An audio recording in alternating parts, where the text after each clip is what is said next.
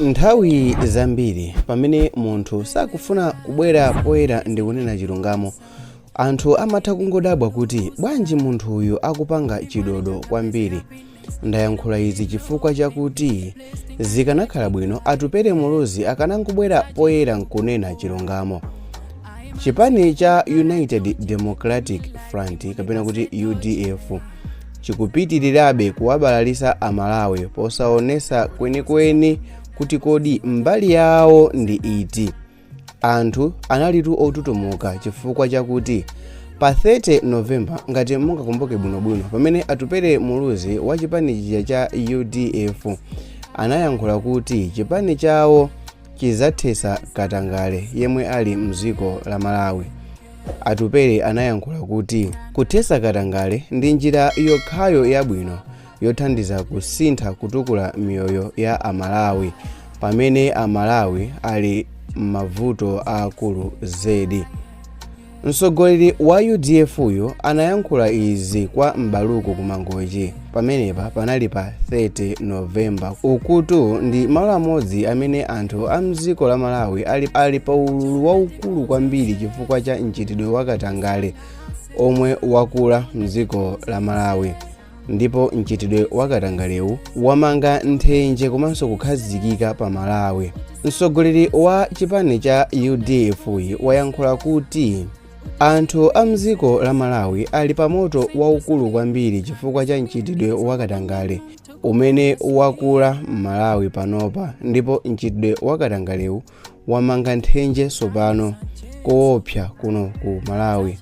Mawu awa atutumusako anthu poganiza kuti kodi Atupele akutanthauza kuti ulamuliro uli ku Malawi panopa ndi umene uli wa Katangale. Pena anthu akumatutumuka potengera manong'onong'o amene akumamveka mwapansipansi kuti UDF ndi MCP ikhonza kupanga mgwirizano wa chisankho cha 2025. Ndiye Atupele akamanyoza panopa kuti mdziko la Malawi muli Katangale onyasa. Si kulingati kunyoza munthu amene ukukonzekera kumanga naye banja pamenepa.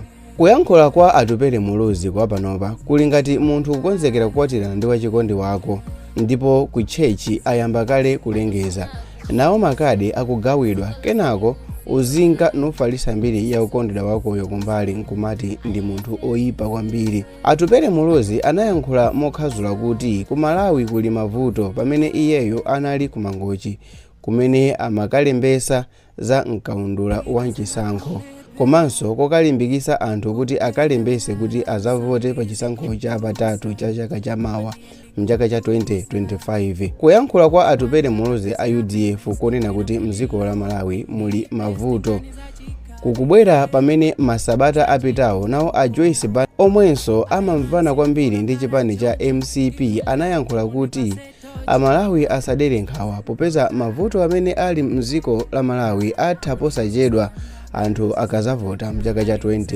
2025. Atupele Muluzi akuti chipani chawo cha UDF chikazalowa mboma, chipani chizathesa Katangale ndi ziphuphu zomwe akuti zamanga nthenje pakati pa adindo a Malawi muno. Pakadali pano Amuluzi akuti ndizokhumudwisa kuti adindo omwe amayenereka kuyika pasogolo moyo wa anthu akungozikundikira chuma iwo. Ati ikazalowa mboma UDF uyo izaonesesa kuti Katangale komanso ziphuphu zatha. Koma ndi zimene akuyankhula Atupele Muluzi zapangisa anthu kuyankhula kuti bola iyeyo akanangobwera poyera ndi kufotokoza kuti MCP kulibe zangwirizano kusogoloko kusiyana ndi kumawayipisira mbiri a MCP omwe ali mboma panopa.